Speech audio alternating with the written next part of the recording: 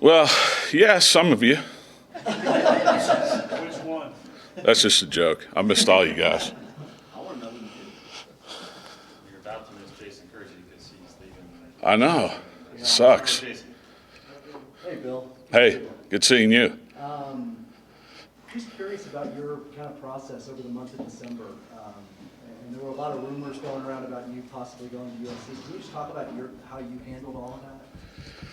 Yeah, glad it's over with. Obviously, it was, something that I never thought I'd be dealing with. And I never have. I've coached 28 years now, never dealt with it. Never, been on a staff where somebody got fired or somebody left. I've always been in that situation where I could, if I wanted to, have the opportunity to decide, and I found out that Sunday. I mean, I did. And, it's a lot of unknowns, you don't know. You got a family, and that's the most important thing. And that's the first thing that goes through your head, and, my kids have grown up here. My wife's from Oklahoma. And then hell, I may have been forced to, I don't want to say forced, but may have had to go. That's what people on the outside don't realize. Even these guys that left, they didn't have a choice. You know what I mean? They had to have jobs, and I was fortunate enough to have the time to wait around and, got a pretty good relationship with our administration and, let it be known that I wanted to stay if I could. And there's no guarantees, but at some point I had to make a decision if I didn't know, what was going to happen. And it worked out for the best. I mean, I love Oklahoma. I love living here. I love everything, about this place. And I think it's special. And, no matter what happens, and I've told people this, and this is true, and I can't, and it's just like recruiting, I can't guarantee anybody anything, in this profession. We just saw that 2 months ago. You know what I mean? But hell, I'm going to live in Oklahoma when I retire. I got a house at Grand Lake. I mean, that's where I'm going to live. I'm not from Oklahoma. I've said this before, I didn't play here, but this is my home now, so just glad it worked out, and it was tough. It was tough on my kids, tough on my family, and everybody's got to make their own decisions in life, you know what I mean? But that's what a lot of people don't see on the outside is your family, what they're going through. So it worked out. Did Brent tell you pretty quickly that he was going to want to keep you, or how quickly did that come together? Yeah, basically right away. I had a pretty good idea, you know what I mean, that it was going to work out. Didn't know for sure until I can't remember what day, Monday maybe. I mean, it's kind of all a blur, but just came in and said he wanted me to stay. I said, I'm here, so that's basically how it happened. But no, thank you. Hey, and really appreciate you. You do a great job and wish you the best of luck. Thanks a lot, man. Eric Bailey. Bill, it is good to see you again. It's good to see you. I want to ask you, just with Coach Levy, just how much of a change is this from what you did last year, learning terminology, learning his style? Has it been a radical change or something you've been able to grasp pretty quickly? Yeah, terminology is the radical change. That's it. And we've play calls are going to be exactly this. Some of our terms in the O-line blocking schemes we'll keep some of what they did, but play calls will be all totally new. So, but for the most part, there's some slight technique differences, things like that. But zone, counter's counter, power's power. I mean, outside zone's outside zone. So from that standpoint, it's been a pretty good transition. We obviously haven't been able to be on the field with them. We can meet with them limited. But it's just correlating the calls until they really understand the calls. What we're calling this play is what we called it, and then that's how I'm learning it. And then that's just how it works in my mind, and that's how I'm trying to teach it to them. But there are very, very few plays, maybe one or two, that he has run that we haven't run. So obviously we'll see when spring ball starts, but it's been good up to this point. Thank you. Thank you. Parker Thune. Coach McKay-Sawyer, obviously a guy that was a 3-year starter at Cal. You guys brought him in via the transfer portal. What are your early impressions of him and your expectations as to how he's going to contribute? Who knows how he'll contribute right now, but really, really good first impression. We didn't bring him in here to be a backup. Now, obviously, he's got to earn it. We'll see. He started, I want to say, 30-something games at Cal. Obviously had a bunch of tape to study. Knew him, from high school. We didn't recruit him out of high school, but he's really developed. Extremely smart kid, tough kid. He's competitive. He's doing all the right things right now. So we'll see, once we get the pads on. John Hoover? Hey, Bill. So you're probably up to your neck in offensive cramming and learning terminology. And got a whole new defensive staff, a lot of new defensive ideas coming in. I wonder if you learned anything in the past 2 months about defense, and specifically the Oklahoma defense. But nothing. I mean, honestly, nothing. I've learned the people. You know what I mean? The coaches, the quality control guys. They're all great guys, great people. Seem to be great coaches. But like what we're going to run, I have no clue. Honestly, zero clue. And I know what Coach Venables did in the past playing against them. And obviously he's evolved some and done some different things. We haven't played him in I don't know how many years, 5 years or whatever it is. But obviously we talk about some of the things, but very, very little of what they're going to do. Like you said, we're immersed in what we're doing. And it's dang near. When we're not out there with the kids working out, we're in a meeting room, going over things, that from the offensive standpoint. So know very little about it. And the follow-up to Eric's question was about terminology. You're learning the terminology. How do you turn around and teach it? Well, that's what my job is. Exactly. You know what I mean? Yeah. I know it. You know what I mean? But again, that's what I'm saying. I don't want to go through the play calls, but you correlate. All right, this is split zone. This is split cut zone. This is split read zone. This is counter. Right? This is power. This is power read. This is outside zone. This is lead outside zone. So we ran all those plays. So, and again, like I'm saying, that's how I correlate it in my mind. Okay, this is what they call split zone read. This is what they call 10 personnel zone.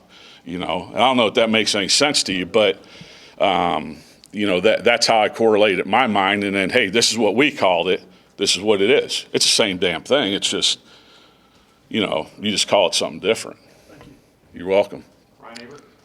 Yeah, Bill, I want to ask you, what was your relationship like with, or how much of a relationship and familiarity did you have with Brent before he got here? And, what's it been like developing that, over these last couple months?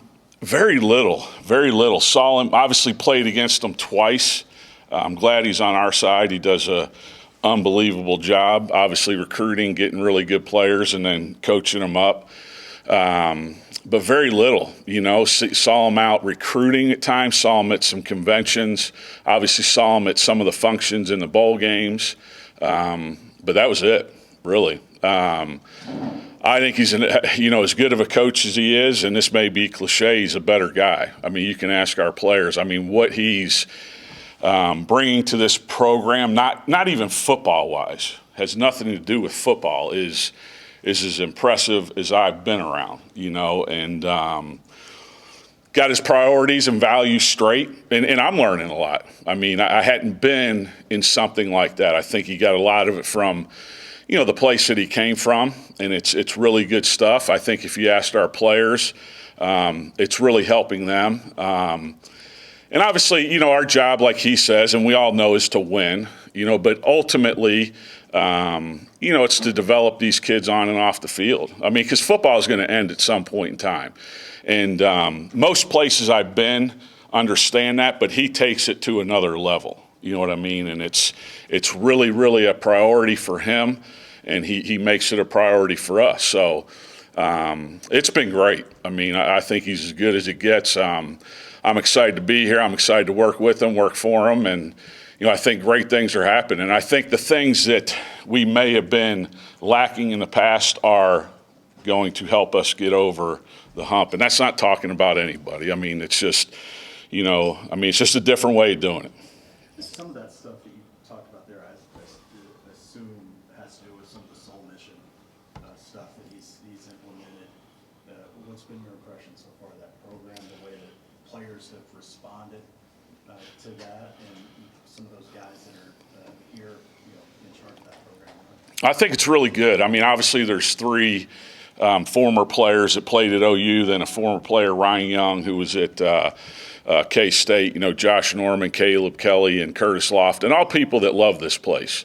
And then Ryan Young, obviously he didn't play here, but he loves kids. I mean, that's what he's in it for. He's not coaching football per se, X's and O's, but he's coaching life. And I think it's been really good. I mean, I think, you got 100 and something kids on your team, and guys are going to have issues, and whatever they may be, and you got obviously you got the coaches, you got the head coach, you got GAs, you got quality control, you got recruiting people, you got all those things, but these are four guys that just deal with life, you know what I mean, and understanding what it takes to be successful in life. I mean, football teaches you a lot of those things, but these are four guys that they can go to that have sat in their seat, and most of us have, but three of those guys have done it here at Oklahoma, and they understand it. And they're all three outstanding guys. We're outstanding players here. Obviously, Coach Young Ryan Young didn't play here, but as I get to know him, he's a great guy, and he's in it for the right reasons. Thank you. A couple more. Boppers, Bill. Yeah, Bill, just wondering about your relationship with Jared Schmidt and what he's emphasizing, how that's going to help you guys. Yeah, I love Coach Schmidt. Great, as good as I've been around. And I'm not even saying, I don't know a whole bunch about strength and conditioning, all the ins and outs. I mean, that's not my expertise. I know bench press, power clean, squats, all that, but it's more of a everyday mentality. That's the biggest thing that I think he always brought, and he's great in what he does in building their bodies and getting them to the right spot. But this game is more than that, and I think it's the mental aspect of the grind and what it takes to really be an elite player. I mean, we talk about best as a standard. Well, what's your best? Everybody's best is different, and all we want is from each individual's best every single day. I mean, that's it. And I think he does a great job of reaching the players. I've always thought, he's done a great job with the offensive line. He relates to those guys really well. We work really well together.